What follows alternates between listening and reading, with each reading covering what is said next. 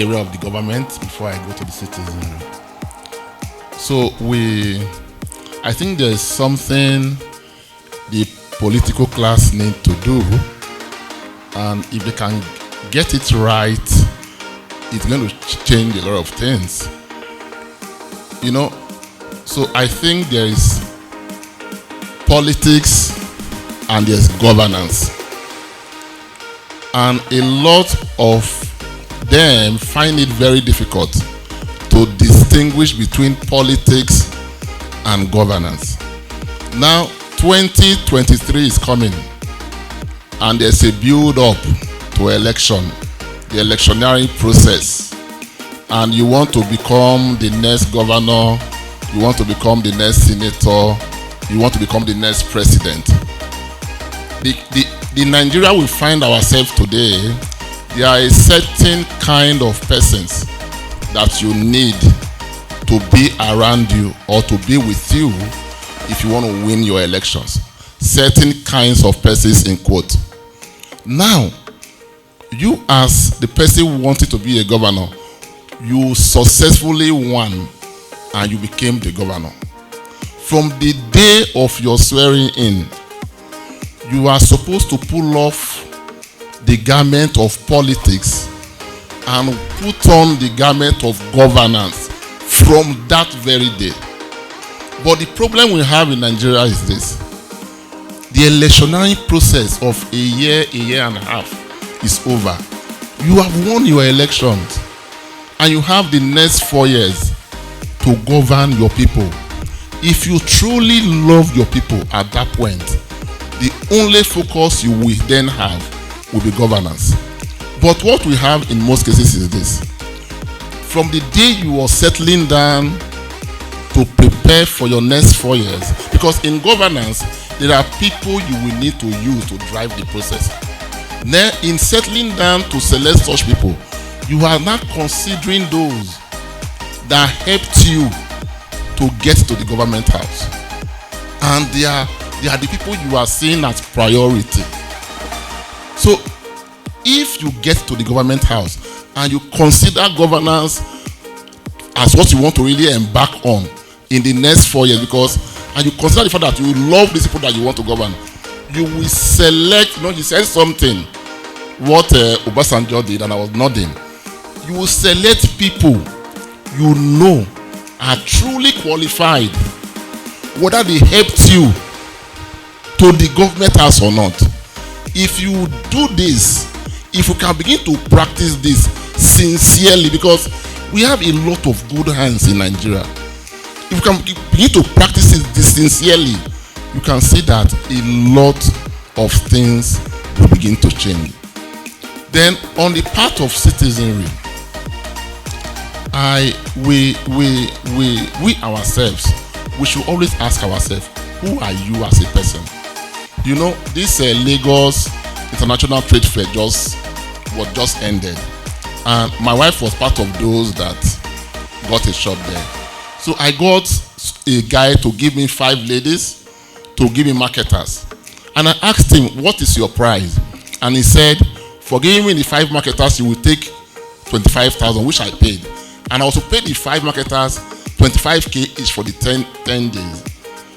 At the point of paying them, this same guy said I should pay their salaries into his account. And I said, why? He said, because him as the person that brought them is the person that will pay them. And I said, no, I have settled you. Let me pay them directly. At the end, I paid them directly, but I had to educate him. I said, no, we complain every day that the government is bad. The government is bad. Now, in your own small corner, you want to oppress another person. Do you understand?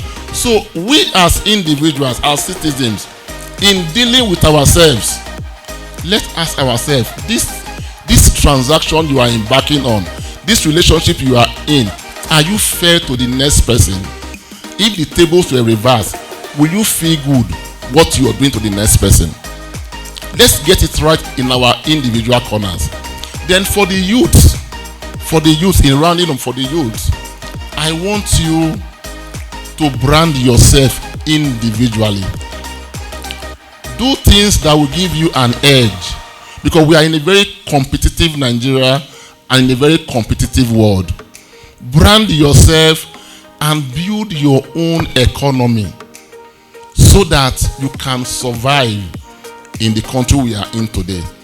If you put your mind in continuously wanting to develop yourself, it will always give you an edge in whatever you do, so that you don't sit down and keep complaining about the government and about government policies. So I don't want it to look like we against them, because Honorable took me on a lot of the things I said.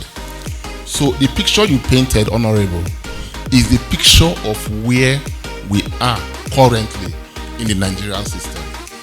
And because we want that picture to change, that is the reason we are here. So you cannot advocate for that same system to continue. Do you understand? Like you mentioned somebody saying you are an SA. If I'm an SA to the governor probably appointed me as an SA because he felt I have something to offer. So if I am there and what the government is telling me to do, and I feel it's not the right thing, I should be able to. I'm not there as a moron to do everything he asks me to say. If I say this, I think this is the right thing that should be done, and for some reasons he said I should do it the other way, and I feel the policy or whatever that is to be done is anti-human and it does not appeal to me, I can opt out. Do you understand? And another reason why things like this don't happen is because of this idea of having core politicians. People take politics as a core business. So you are there 4 years and you've not done what you're supposed to do. You're already thinking of how to come back the next 4 years. So the point is this: wherever you are serving from, whether the governor or an SA or a senator, the question is this: how much love do you have for your people? See, in rounding up, the Nigerian electoral system is gradually tilting to a point where those the people really love, the time is coming, those the people truly love are those that will start winning elections.